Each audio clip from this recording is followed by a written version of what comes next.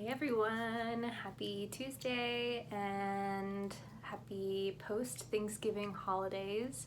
Hopefully you guys got to celebrate the holiday with loved ones, even if it wasn't necessarily the way that you normally celebrate. I know with my family we had quite a different experience than we're used to.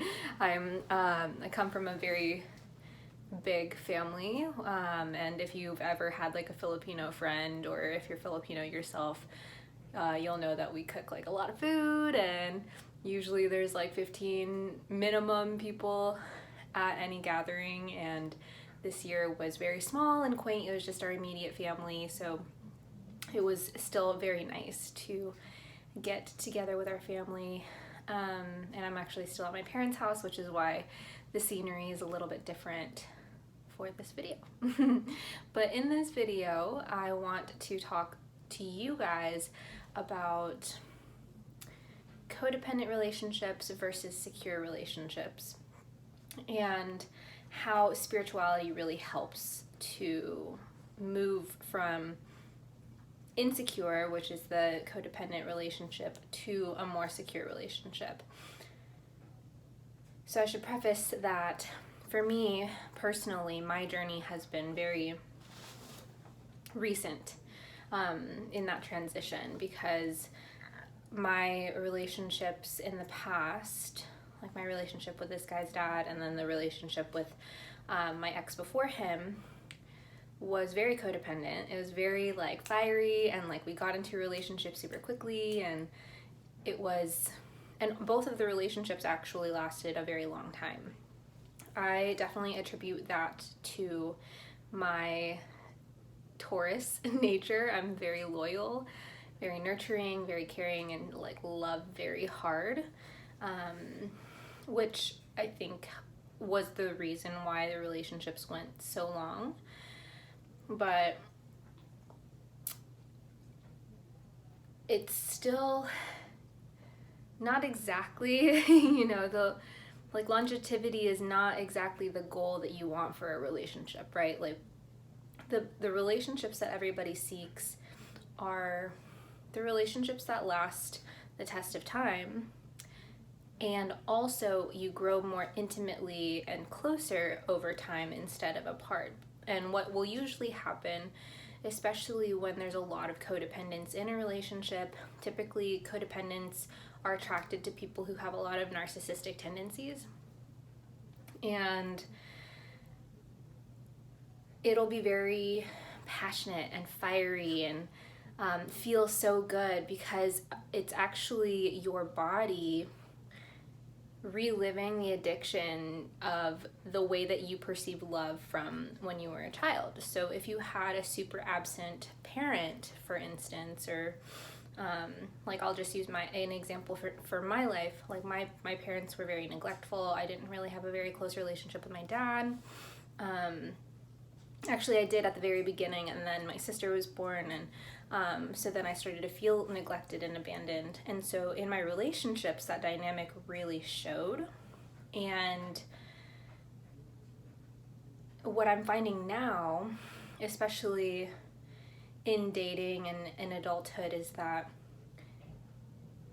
real lasting love takes time. And I've had to really face my own shadows about wanting that fast-paced relationship to start.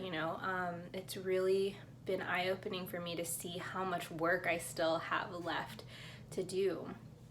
And in this video, I kind of want to just go over the characteristics of what an insecure relationship looks like versus what a secure relationship looks like, so you too can kind of decipher whether you're in one. And it's not to say that either of the relationships are good or bad. And you can definitely work on having a more secure relationship in a codependent relationship if both parties are willing to do the work. In my cases, both of the parties were not, which is why I'm here. I'm single. I'm like navigating this whole thing very much in real time with you and just sharing my own experience as it comes up. But in a codependent relationship, like I've said before, it's usually pretty fast-paced. There's usually a sense of like neediness and like needing another person to fill the void. And at the very beginning, it's like you spend so much time with each other that you kind of maybe push your hobbies, you push your friends, you push your family to the side, which seems normal when starting a relationship. I even noticed myself saying this about people, like my friends who would like start a new relationship, like, oh, they're in the honeymoon phase, like this will phase out. But actually, I was just validating my own belief in codependent relationships, because what is really happening is that you're setting the stage. Like the beginning time, the beginning dating phases when you're with someone is the foundation for the relationship, right? So like this is where you really need to keep an eye on red flags, and you know, the behaviors that you experience are typically going to get louder over time unless this person is emotionally intelligent enough to continue doing self-development work. And also with codependent and more insecure relationships, I've found that, and I think I already said this, that codependents are typically attracted to people who have narcissistic tendencies, because codependents like need that reassurance, but the narcissistic tendencies are to be full of self, and so codependents will people please. And this is why it was important for me to say that when they start a relationship, they push all of their own stuff aside to really build this person up, right? And this is something, and it's extremely important to recognize that that's a red flag, super red flag. In a secure relationship, you want to have your own hobbies, you want to have your own friends, you want to have your own schedule fully set in stone, because what will happen is that sometimes you'll get tired of each other. Like spending so much time with one person is so unhealthy, because what starts to happen is like an entanglement, an energetic entanglement. This is where the spirituality comes in. And you start to not be able to see yourself as other from the person. And in spirituality, we obviously believe that we are all one and we are all connected, but we still are all our own energies. And like to be connected, we all have to be authentic and, you know, strong in our own energy as well. So in a secure relationship, you know that everyone takes time to get to know each other. There's not any rush to get to a certain outcome with this person. And you really just want to be the observer, just like in spirituality. Like the whole point is to come to the seat of the observer, recognize and notice what comes up for you internally, and allow those things to kind of work themselves out.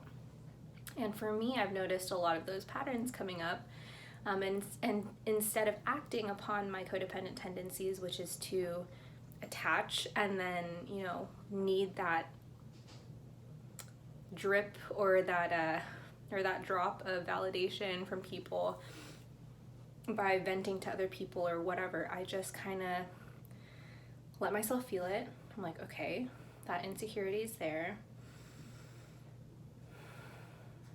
It's been a couple days. Nothing bad has happened. There has been nothing to actually make me think that there's something wrong.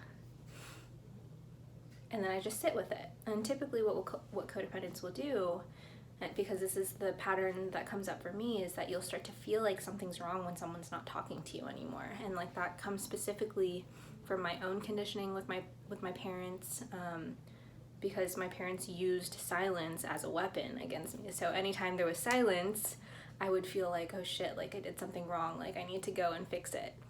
And that's something that I still to this day am dealing with, and this is me sharing because I'm sure some of you guys are dealing with the same kinds of behaviors. But what I'm finding is that now that I'm kind of sort of dipping my toes back into the dating world,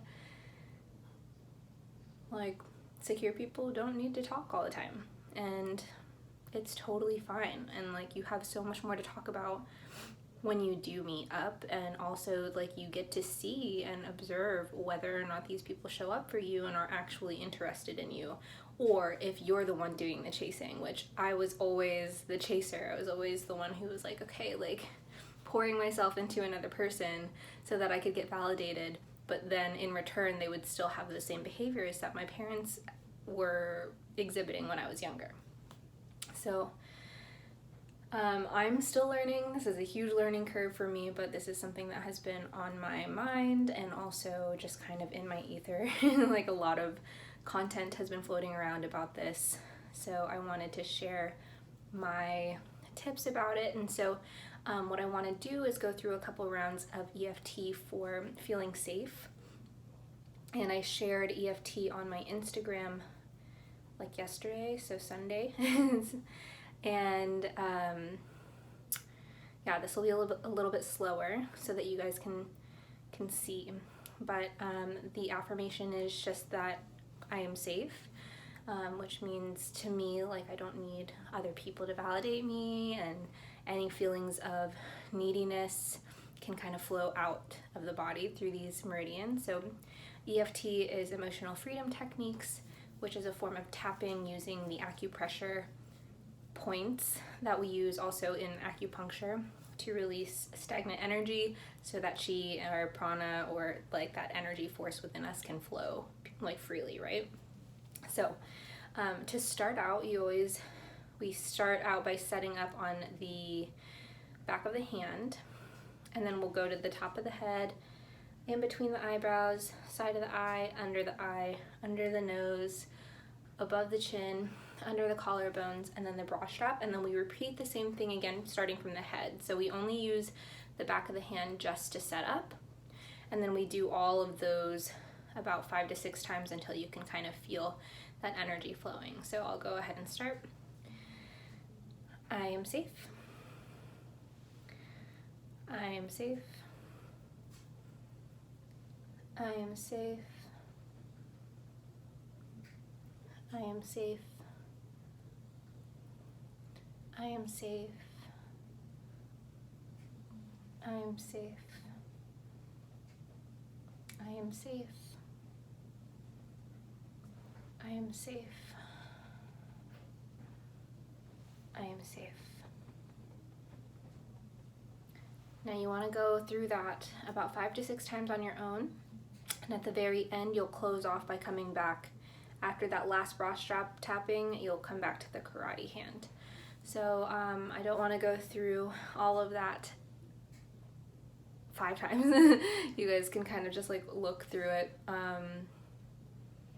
like rewind and then come back to it if you'd like, just so that this video is not too long. But I wanted to share that tip with you guys when you're feeling any emotions that, you know, maybe you're insecure or have any codependent like thoughts racing through your mind. I know that happens to me pretty frequently.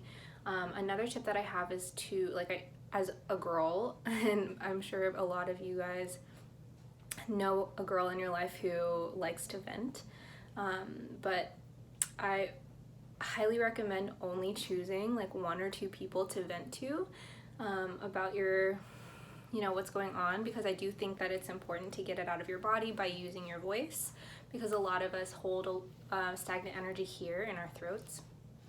So I do think it's important to voice your insecurities to other people so that you can get it out of your body, but don't go like on a rampage and like tell everybody, because the more that you put energy into that insecurity, the more energy flows towards that insecurity. So then the more insecurity you'll attract back, like the more you'll attract those kinds of circumstances in your life. So just a tip and a trick for you guys. I hope this was a super helpful video, and if you enjoyed it, please like and share this video, and then make sure you subscribe to this channel. There's a video that comes out every single Tuesday at 10:30 a.m. Central Time. And I actually still have 3 spots open for my Sacred and Divine Goddesses program, and I have a free masterclass that you can check out if it's something that you're interested in. There is the form for the Sacred and Divine Goddesses that you can use to apply for the program. And then there's a bunch of free resources in the description box below, like a free meditation. There is that free masterclass, which is super valuable. It's about 25 minutes, but it has my 5 best tips about turning your pain into creating your dream life. Did I miss anything? I don't know. Yeah, I think that that's pretty much it. I didn't want to make this video too long, but I am so grateful for you guys, and I hope that you have a wonderful rest of your week. Thank you for tuning in. Peace, love, and namaste, y'all.